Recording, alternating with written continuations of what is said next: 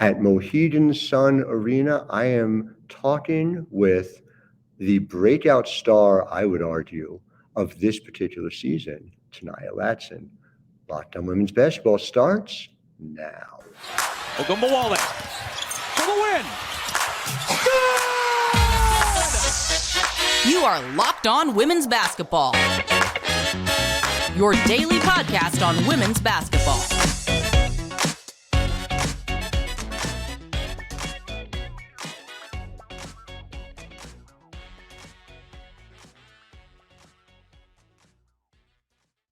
Well, hi, everyone, and happy Wednesday to you, even though it is technically Saturday when I am recording this. I am Howard Megdal, founder and editor of The Next. You can make sure you follow all our coverage at thenexthoops.com.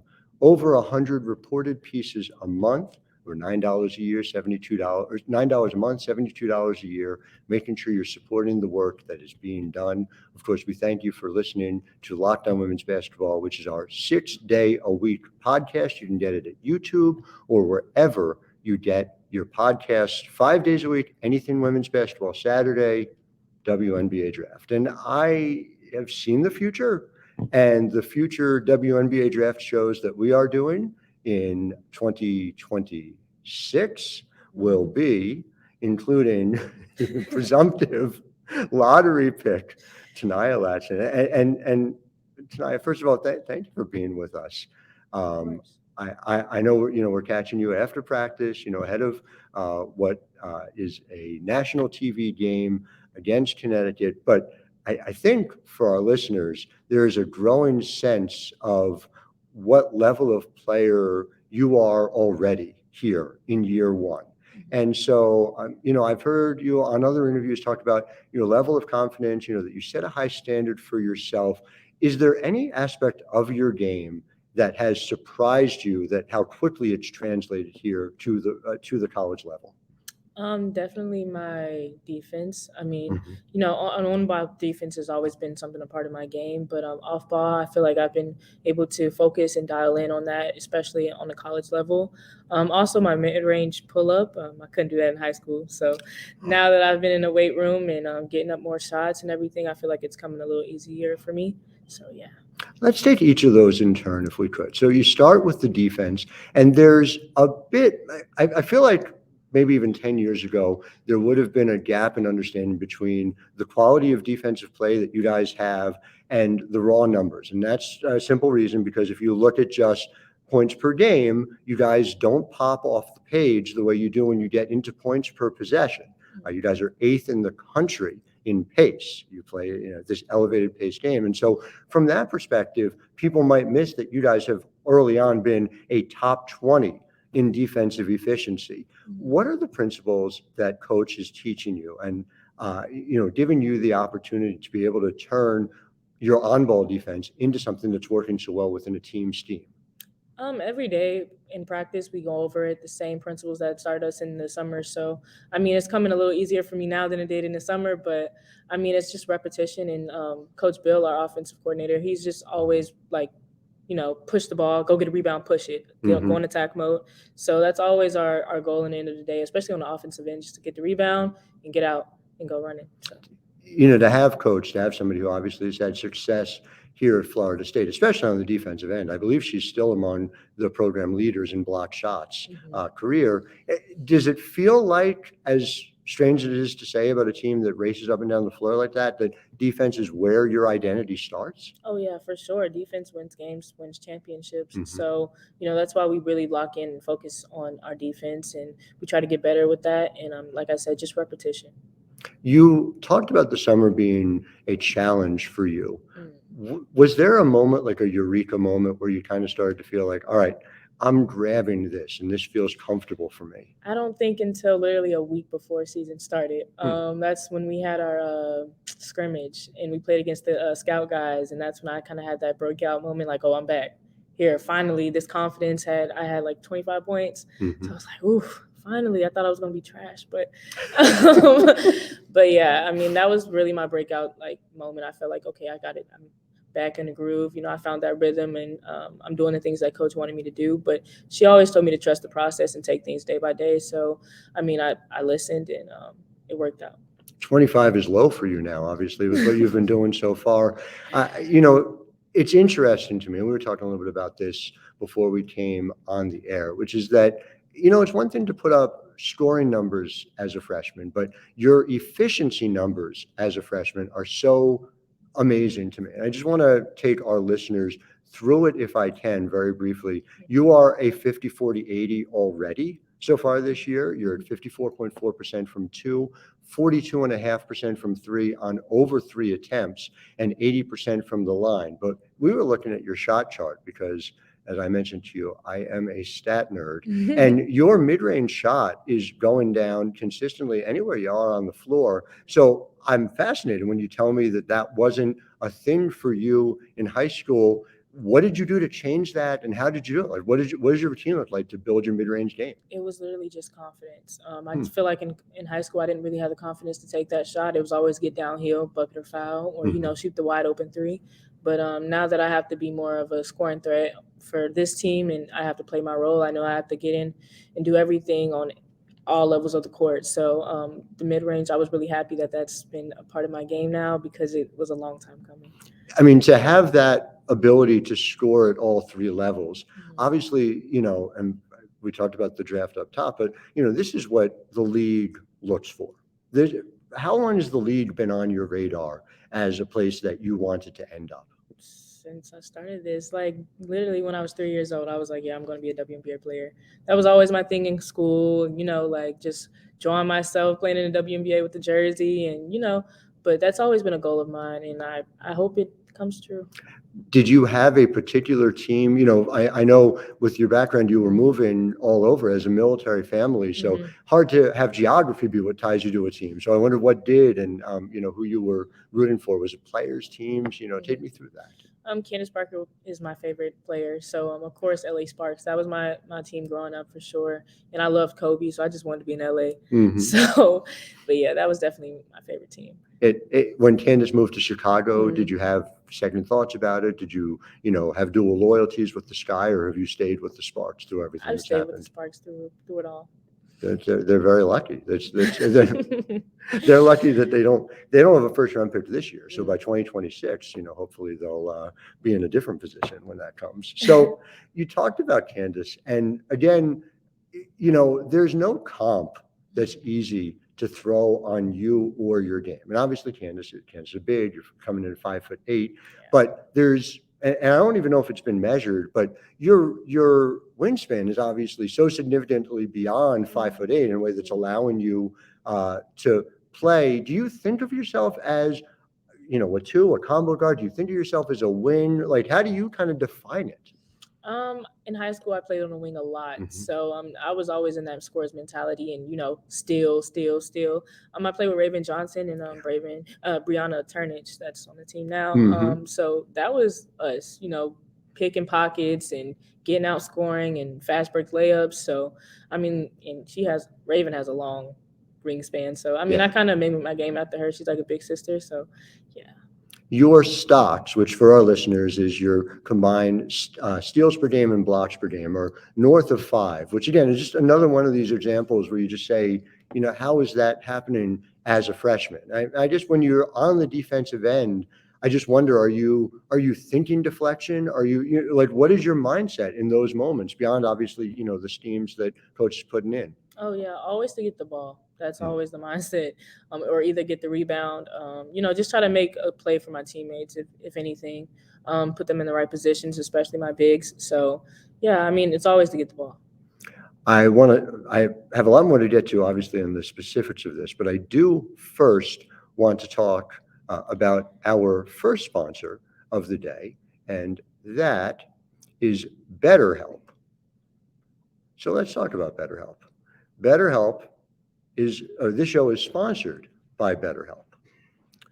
BetterHelp is a place where you are able to get the help that you need for therapy, but you're able to do it over the computer. And it's very important. People's lives don't necessarily lend themselves to being able to do it in person. Now, life doesn't come with a user manual, so when it's not working for you, it's often normal to feel stuck. navigating any of life's challenges can make you feel unsure, whether it's a career change, a new relationship, or becoming a parent. BetterHelp has connected over 3 million people with licensed therapists. It's convenient and accessible anywhere, 100% online. No more waiting rooms, no more traffic, no more endless searching for the right therapist. Learn more and save 10% off your first month at betterhelp.com/lockedonnba. That's betterhelp.com/lockedonnba.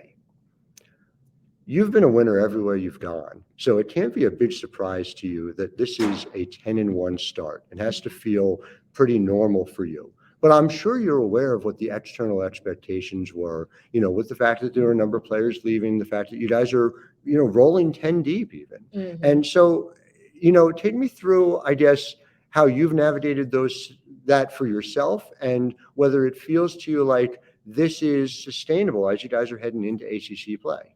Yeah, in the beginning of the season, it was a little doubt in my head, just, the freshmen coming in a little nervous. But I feel like as time went on and, during the summer, we built chemistry and we really felt like we had a chance to compete, and we honestly do. So just playing these games, these first 12 games, it's been a lot of fun, especially just building chemistry, like I said, and just getting closer and better as a team. So that's always our goal. And me personally, I know you said I'm a winner, but like I said, I had that doubt, but I'm glad that we're in this position now. And I really feel like, okay, yeah, we can go out here and make some noise and, turn the ACC up.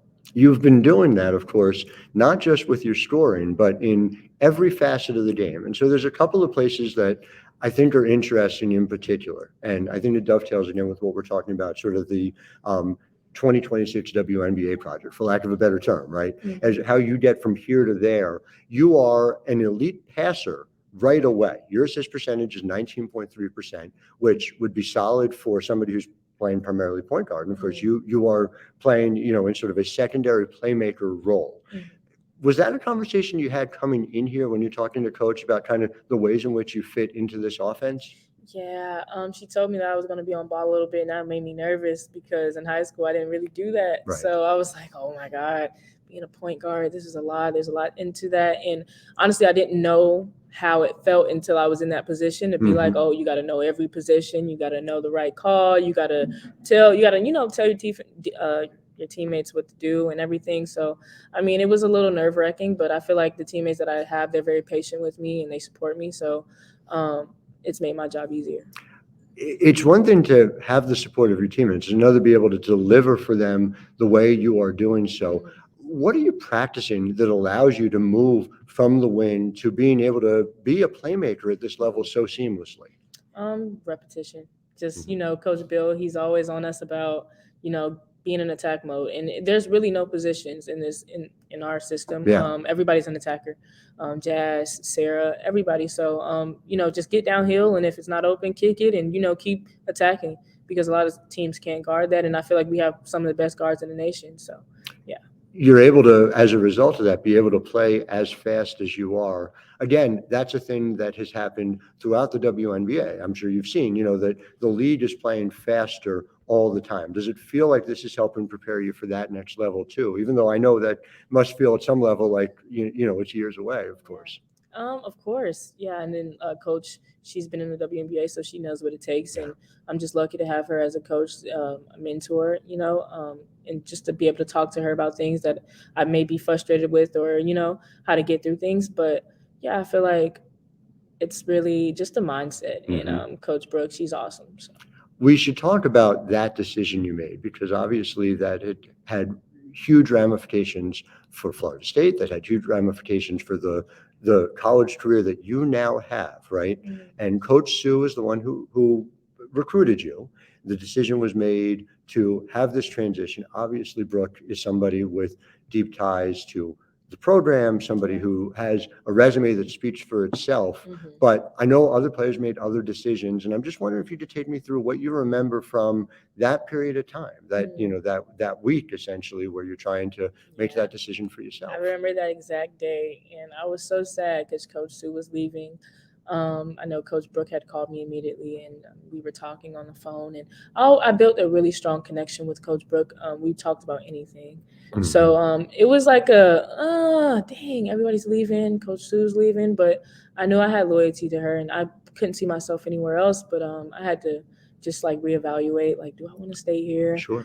I had to ask my coaches, my AU coaches, my mom, and everything. But honestly, I had so much faith in Coach Brooke and what she can bring to the table, and Amaria Gordon and people that did stay, like Aaron and KK Timpson. So I feel like this is something that I could have been. This is a position that I could build something with. So I'm just glad I stuck it out. KK, the human double-double, for Yeah. sure. And in terms of that moment, do you remember where you were? Do you remember? Yeah. So where were you? Take me through where that was I was happening. at home chilling, watching TV, and then Coach Sue just called me, and she was like, "I have some news for you," and I felt it coming. I mean, everybody did. So, but it was just like a surreal moment for me because she was the one that recruited me when I was in 10th grade. So, I mean, I was sad, but Coach Brooks, she's definitely awesome. In terms of that moment in 10th grade where you first are getting recruited by Florida State, what was it that kind of jumped out about this program? What was it about this program that made it the way you were saying? It was just such a perfect fit for you at that time. It just felt like home. I'm a Florida girl, so I mean, I love Florida. And then, like I said, the coaching staff for sure, Coach Brooke, Coach Toles, and they welcomed me, and the girls did too. So I really felt like they really had my back and whatever. Especially over my official visit, I really got to get to know them, and they got to know me. So yeah, I just felt like the connection was authentic and nothing was forced, and I felt like I was already there, and I didn't want to leave. Right. So I knew after having that feeling, yeah, this is the place for me. Did you have like a number 2 school? Number 2 school was definitely Texas. Okay. Yeah. And so what you're being recruited at the time, is that Vic or is that Karen Aston still? That was Vic was there. So yeah, Texas, an interesting school too as well, but you'd be playing a very different game. That's for sure. Way different. Way different. It's really interesting. You think about sort of the way life turns in that way. Everything happens for a reason. It does. It does. Hey, I heard you tell another podcast that your mom and her work ethic is where you get your work ethic from. Does that mean on a day-to-day you're thinking about, like, I'm going to do something in the way that, this is how my mom would approach it? Is that just more just ingrained at this point? Like, how does that work? Yeah, on and off the court.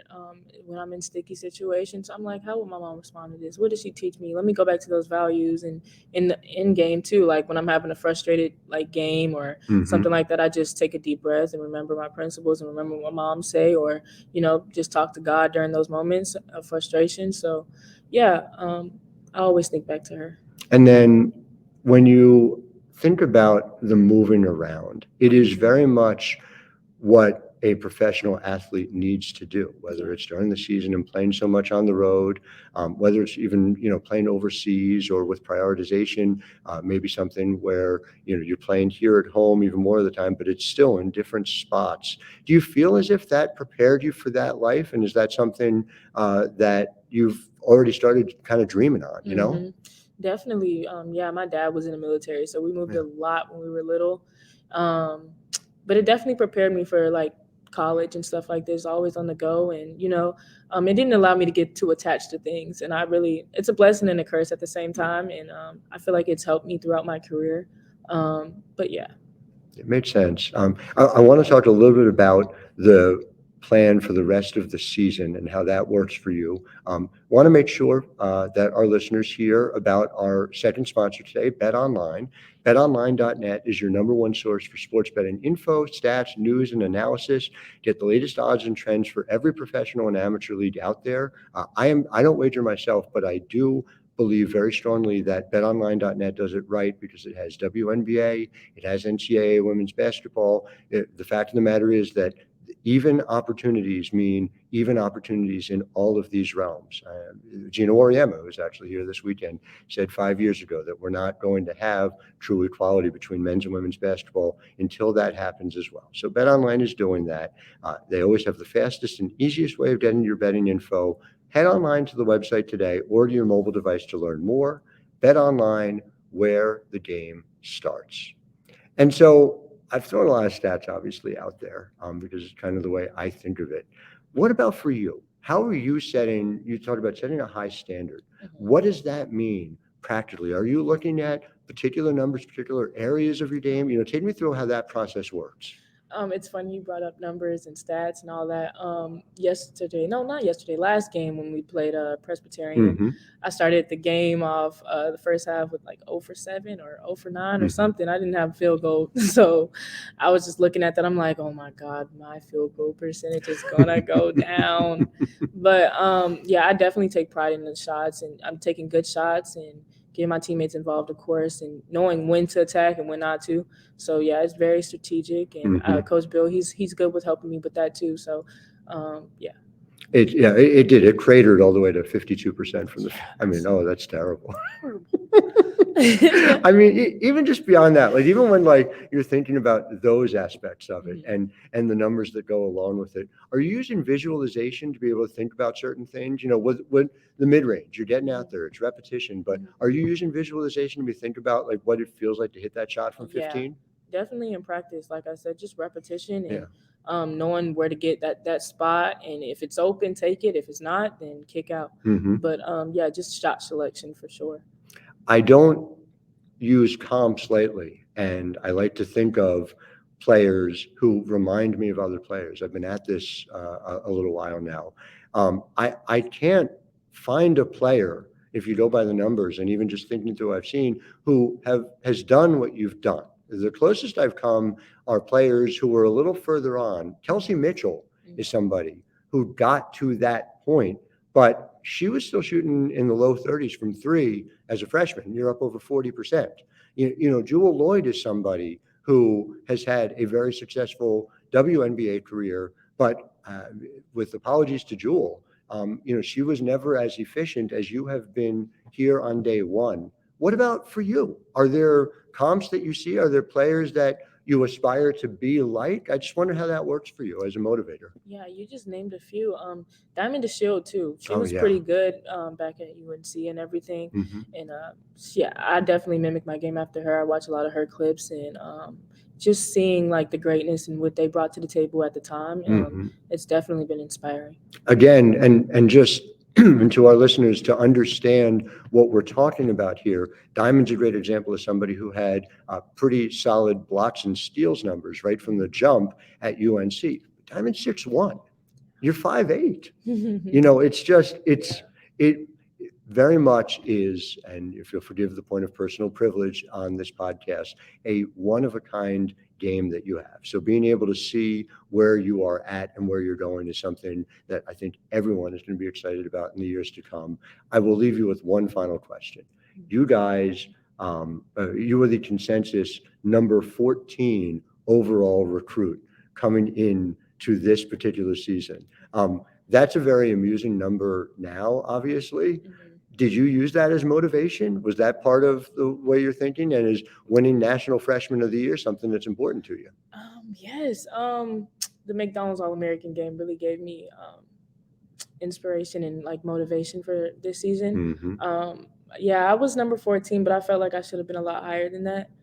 Just by playing the girls that were above me, I feel like I was a little better. But the McDonald's American game, I was on the bench for like a long time. Mm-hmm. I only played like Remember. 13 minutes.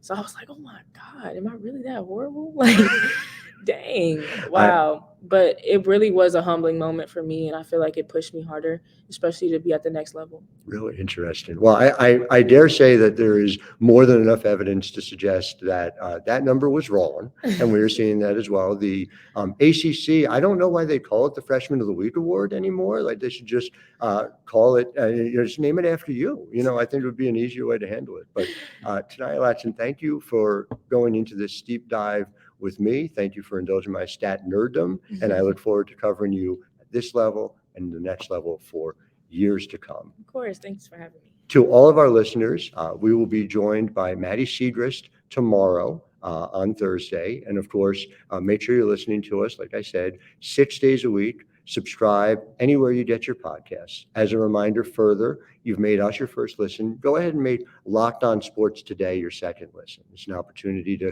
capture all the stories in the world of sports from all of our Locked On hosts. Locked On Sports Today, available wherever you get your podcasts. Until tomorrow, I am Howard Megdal, founder and editor of thenexthoops.com and host at Locked On Women's Basketball, wishing you all a wonderful day. Ogunbowale for the win. You are Locked On Women's Basketball, your daily podcast on women's basketball.